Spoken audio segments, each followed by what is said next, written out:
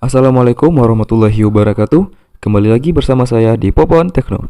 Oke teman-teman Popon Tekno, pada kesempatan kali ini kita akan mencoba membahas mengenai apa yang harus teman-teman lakukan jika smartphone teman-teman pada bagian aplikasinya mengalami force close. Nah, apa saja yang harus teman-teman lakukan agar bisa mengatasi masalah tersebut? Simak terus video ini sampai selesai dan jangan lupa untuk berikan like dan subscribe juga channel ini agar lebih berkembang ke depannya. Oke teman-teman, kita langsung masuk ke video. Oke teman-teman, nah untuk masalah force close ini biasanya sering terjadi pada smartphone teman-teman ya, baik itu smartphone dengan kelas entry level ataupun kelas mid range dan kelas flagship sekalipun teman-teman ya. Nah ini bisa terjadi akibat dari aplikasi yang teman-teman gunakan mungkin saja belum terupdate atau mungkin ada kesalahan dalam aplikasi tersebut. Nah, cara untuk mengatasinya bisa teman-teman lakukan beberapa langkah-langkah yang akan saya lakukan. Langkah pertama, teman-teman mungkin bisa mengupdate aplikasi yang mungkin sering terjadi force close pada aplikasi tersebut ya teman-teman ya. Nah, cara ini sangat mudah sekali untuk mengupdate aplikasinya. Teman-teman cukup masuk ke dalam Google Play Store yang ada pada smartphone teman-teman.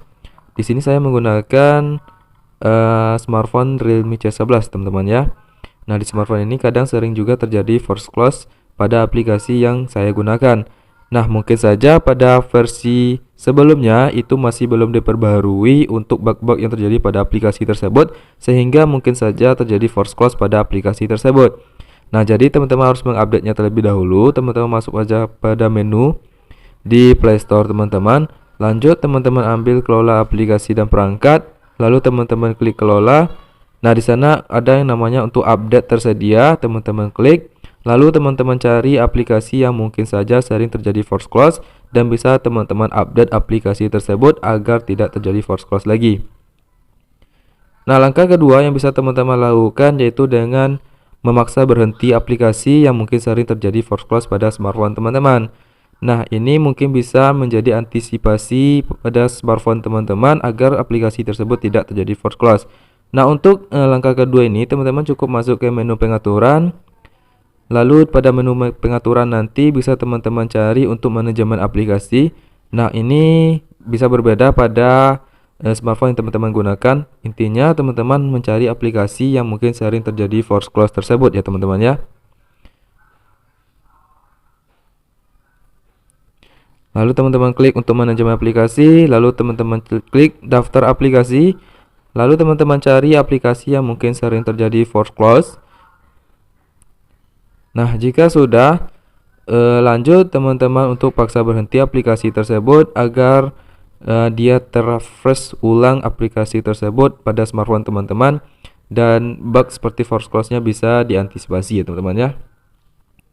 Nah, untuk memaksa berhenti aplikasi ini maka akan memberhentikan aplikasi secara otomatis pada smartphone teman-teman sehingga aplikasi tersebut tidak berjalan di latar belakang teman-teman ya.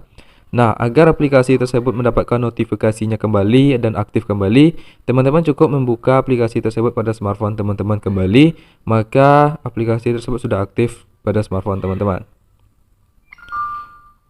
Nah, selanjutnya langkah ketiga yang mungkin bisa teman-teman lakukan agar terjadinya force close ini bisa diantisipasi dengan cara menghapus cache bawaan pada aplikasi yang teman-teman gunakan.